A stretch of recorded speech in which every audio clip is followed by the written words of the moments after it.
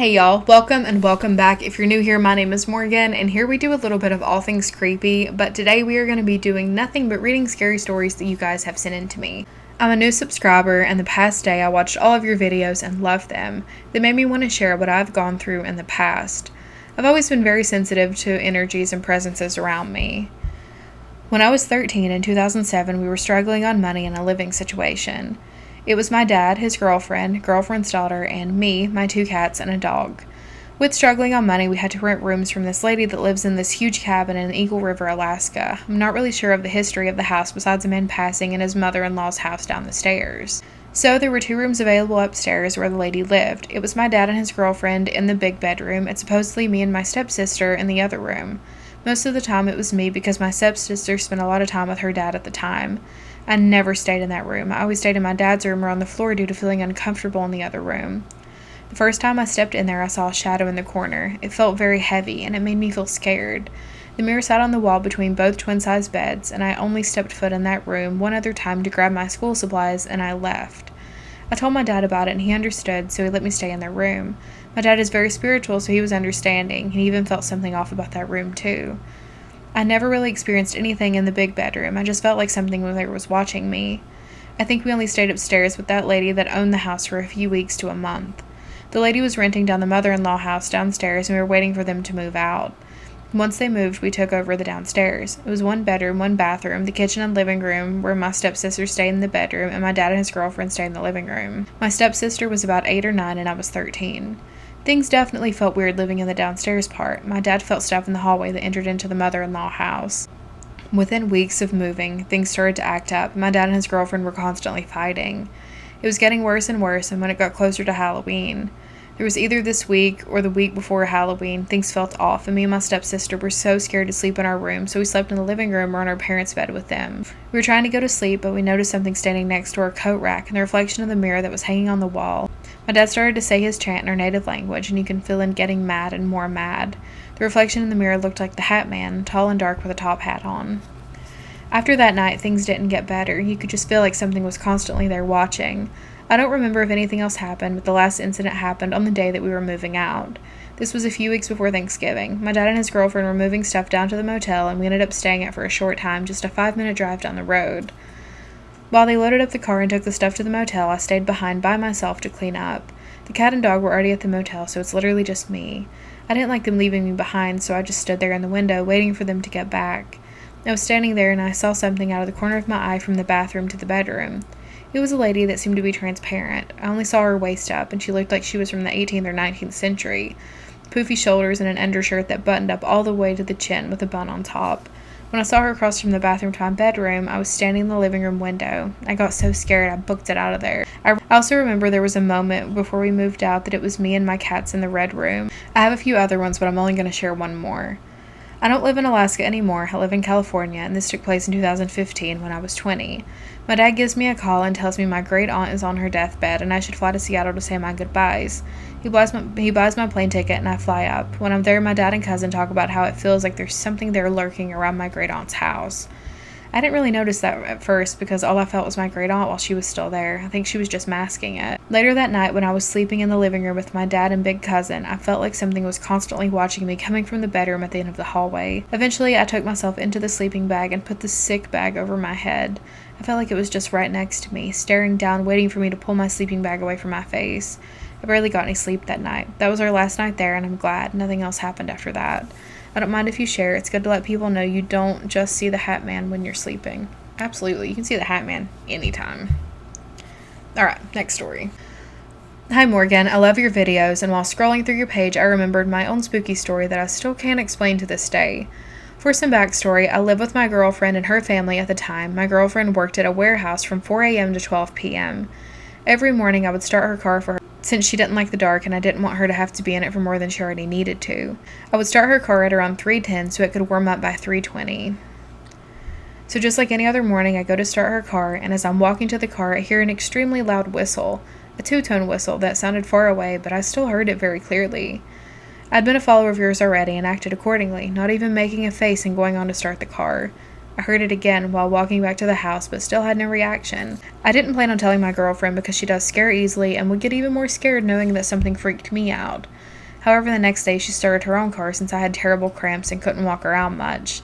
The first thing she said when walking into the house was, "I heard something." And I, without thinking, immediately said, "Was it a whistle?"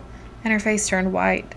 We didn't talk too much about it since she still had to drive all the way to work in the dark, and that was that. Cut to months later when we went on a weekend trip out of town and my sister came to feed, walk, and take care of our 3 cats and our dog. She had a tendency to stay up so unnecessarily late, and my dog also had a tendency to drink as much water as she could right before bed. So one thing led to another, and my dog was begging to use the bathroom at 3 in the morning. I get a call from my sister saying she heard a whistle over 3 times. Mind you, we purposefully didn't tell her anything about it since she's already so scared. We also live in Washington, grew up camping and playing in the woods, and we know what the local wildlife sounds like for the most part. This, however, gave all 3 of us a very weird feeling that was foreign. I just find it crazy that all 3 of us heard the exact same thing without any of us having to talk about it. Still, I find it weird to this day, but haven't heard anything since. I am so proud of you for ignoring it. Alright, next story. This is the story I have about my grandma's old house. So back in 2021, my mom's sister and I were helping my grandma move. She lived in an older house in an almost ghost town in Nevada. Population was around 1,000 people, and most of the people who lived there were older and retired. My uncle moved down there a few years prior to help my grandma since my grandma had passed away. My uncle was an alcoholic and ended up passing away himself in 2019 due to his alcohol abuse. My grandma's house was a single-story home, and being in the kitchen, you could see the living room and vice versa. The office area had a small step down into it and a large room that held a couple of desks and a grandfather clock. I was sitting alone on the couch after helping my grandma look through some boxes of my grandpa's stuff that she had to go through since he had passed, and she never got the chance. While sitting there, I felt a comforting presence of a little boy and looked into the office area where I would see a young child with blue eyes and blonde hair poking his head around the corner. It was almost like he was playing hide and seek. I think us looking through the boxes released some of his energy, and that's what I was seeing. I knew the presence was a good one because I didn't feel scared or upset, and instead at peace. Later on, when my sister and I were trying to go to bed, we couldn't sleep. The room we were staying in had 2 twin beds and a couple of old touch lamps that obviously would only turn on if you touched them. I was sleeping closer to the door, which was open, and couldn't stop looking at the dark hall. I couldn't exactly see it, but I knew something was there, and this presence made me uneasy. I could feel it staring at me and my sister, but was unable to come into the room. I got up to shut the door, and as soon as I did, I felt more comfortable. After my sister and I fell asleep, we woke up to the touch lamp being on. My sister asked if I had turned it on, and I said no. It turns out everyone in the house saw this presence. The room my sister and I stayed in was the one my uncle stayed in when he moved, and I'm thinking it could have been him upset that we were there. I can describe what it looked like. It was around 5'8" with broad shoulders, not round but also not small, and it was hunched over a bit like it couldn't stand up properly. Thank you for giving me a chance and an outlet to share this. That does sound like it could have been your uncle. I don't know if he was necessarily upset that you were there. Maybe he was upset that your grandma was moving because he was there. Maybe. Next story. I've been watching your videos for a few months now, and last night I feel like I was encountered with a mimic. So the night before last I had sleep paralysis, or at least I think it was. I'm pretty sure I was going into it when I woke myself up, but last night I swear I heard my sister say my name, like whispering, but it didn't really sound like her. We also sleep in the same room with bunk beds, so it's already hard to hear her. I swear it sounded right behind me because I was facing the wall and I felt something move my hair. I was terrified and asked her if she called my name, but she didn't.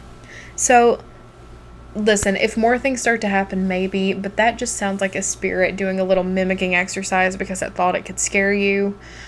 Just try to ignore it just in case, but even on the off chance that it is or isn't, ignoring it will help. Because if it's a regular mimic, they'll get bored, and if it's a regular spirit, they'll get bored because they were just trying to scare you. Okay, next story, and it's also about a mimic. I live in Georgia, right under the mountain cities, and even though the rest of my family didn't, I had a lot of encounters with entities in our childhood home. It started when I was in the middle school, when I stayed home alone. I remember very clearly the first time my hair was yanked by something that could only be explained as an entity because I was the only one home. I had very long hair, and I usually wore it up a lot, so when I laid on the couch, I used to drape my ponytail off the side of the couch. One day I'd been playing on my phone and my ponytail got yanked so hard that I thought some of my hair might have been ripped out. There was nothing there. It was so bizarre. It happened a few times since then on the same couch. Even once my mom was sitting across from me and she saw my face and knew exactly what just happened because I told her about the other time. A few years had gone by, and the only other things that had happened were minor. I would hear mooing, sometimes yelling, "Wake up," or my mom yelling my name so loud that it woke me up even though my entire family was fast asleep. When I checked, because I thought someone had gotten hurt, stuff like that. I discovered something worse just after I graduated high school. I'd been going through a rough patch, but thought nothing of it. Everyone always made comments about my room feeling gloomier every time they came over, and I thought they were just poking fun at the fact that I was terrible at doing laundry and keeping it clean. But my mom had some friends over that had connections with other dimensions, and she'd brought a medium over to our house one day to cleanse it because she was into that stuff. The medium walked through every room of that house with no issue, and my dogs followed behind the whole way. They were just excited to do whatever she was doing. She got to the top of the stairs and looked into my room since it's the first one there and the door was open. From the bottom of the stairs, I watched all the fur on my dog's hair stand up, and they instantly looked terrified. So did she. She looked down over the railing at us, very concerned. I thought the stuff was crazy and didn't believe it. She started yelling things I couldn't understand and was very adamant that about the corner that my bed was in. This went on for a few minutes until she came down, and she told us the most blood-curdling thing I've ever heard. She said that she could see an entity crouched over my bed in the corner where the walls meet, and it had begun morphing itself to look like me.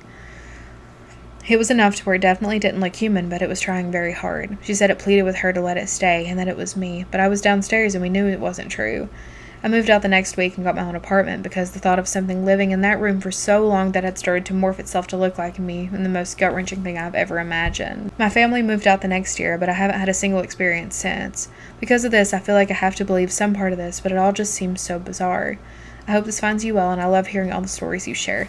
That is such a good, just straight to the point, cut and dried classic mimic encounter. That is exactly what they are like. That is exactly what they do. That was a mimic. And I'm so glad they got rid of it. I think we got time for one more story. I am convinced my work is haunted. I've worked at a theme park for 4 years, almost 5 now, and I've had a couple of things happen while I was there on 2 separate stores. The first one being me in the stockroom making price tags. I could hear boxes shuffling, not like a box tipped over or a lid fell, like someone was taking a heavy cardboard box out of another heavy cardboard box. I thought it was my coworker, we'll call her M, so I just start talking to her thinking she hears me. All of a sudden, M walks through the stockroom door and starts asking me questions, and I stop dead in my tracks. I didn't even let her finish her sentence before I asked, "Were you not just in here?" And she said, "No, I was out there making a sale." There was nothing on the floor near where I heard it either. In the same store, I had an animatronic plush toy come on with the pull-out tab still fully in. It definitely could have been a glitch or something, but it's not motion activated. You have to press the foot to activate it. The next part is really confusing to me because I still don't know how to process it, and it happened on the second store I got moved to. I came in for my morning shift, and every time I'm early for the morning shift, I just sit behind my store and scroll through my phone. I'm walking up to the front door of the store, and there are 2 sets of glass doors that open.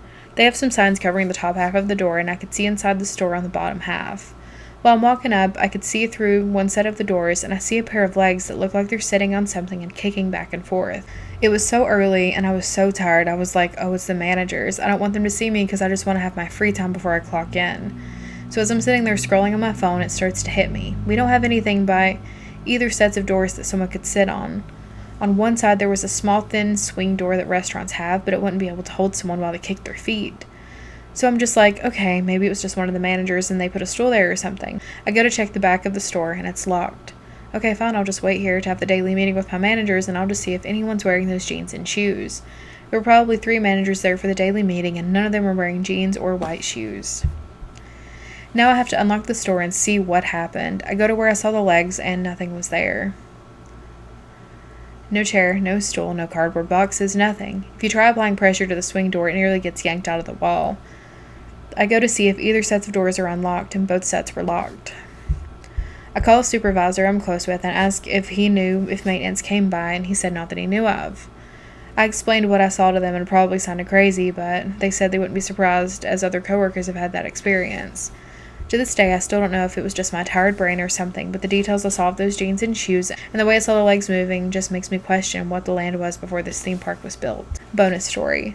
One of my coworkers told me his story. Part of his job is checking the aisle 2 of lockers guests can rent out to put their stuff in for the day.